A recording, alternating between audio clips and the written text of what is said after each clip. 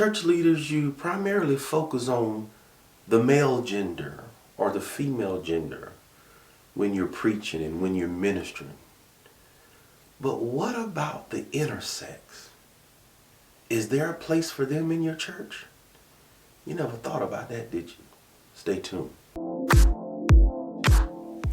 God bless you, friends. Thank you for joining me on Morning Nuggets on this Friday morning. This is your truly Pastor Nate, and it is my absolute pleasure when I can come and speak with you. Friend, we often marginalize people, we often judge people, and we treat people who are different a certain way. We shouldn't do it. I hear people saying I was treated this way, maybe because of my race, or maybe because of my sexuality, or maybe because of how I'm perceived, whatever the reason is. But we rarely hear about people being treated differently because of the way they were born. Well, I got a clip that I want you to listen to. A person who went to church. This person said growing up, all they heard was preaching to the male and the female. But she was neither one. She was intersex. Take a listen. I'm intersex. It means I'm not biologically male or female. My insides are kind of a mix-up. But I was raised in the Christian church, and I get to hear all these sermons about man and woman, and when I'm not strictly either. Leaders, church leaders, that's something we have to think about. I don't think we think about that when we're ministering in our church. In fact, I don't think our church is set up for that, because we always look at it as a binary situation, when we do have cases where there are people, there are intersex people. And another term for that would be congenital eunuchs. In other words, that's a person who was born with both male and female traits. Statistics say that congenital eunuchs make up 1.7% of the world population. Now let me bring it to the U.S. Statistics also say that 2% make up the U.S. population. There are 332 million people in the U.S. And if 2% make up people who are born with both traits, that's over 6 million people in the U.S. Now you divide that by the 50 states in the United States, that's several thousand.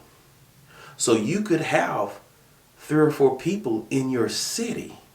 Because I had this conversation before, and I heard a church leader say, well, that's a very small chance. The percentage is so low. But if you just break it down to the U.S., it's not that low, being that it's so many people in the U.S. and over 6 million of those people are people with a congenital eunuch situation. I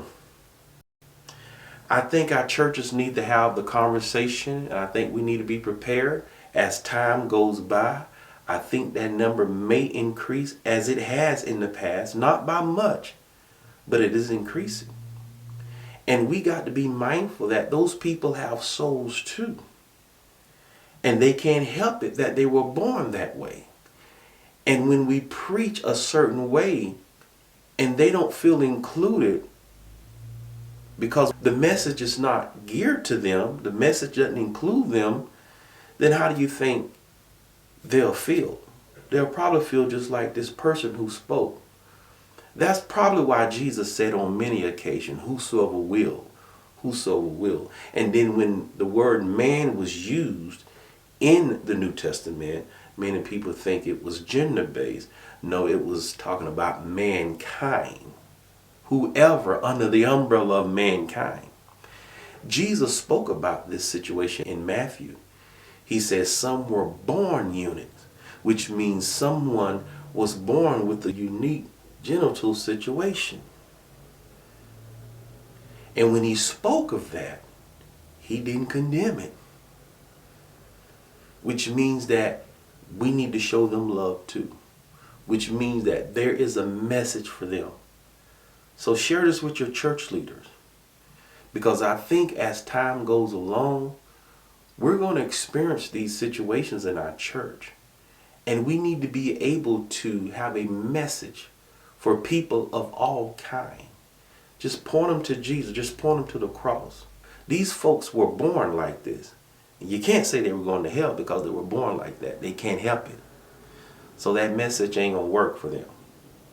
That's why it's so important to preach the love of Christ. Friend, let me know what you think about this situation. Leave your comments in the comment section. Thank you for joining me this morning. I pray that each of you have a nice weekend. In the meantime, in between time, be at peace and not in pieces. Till next time, my friend.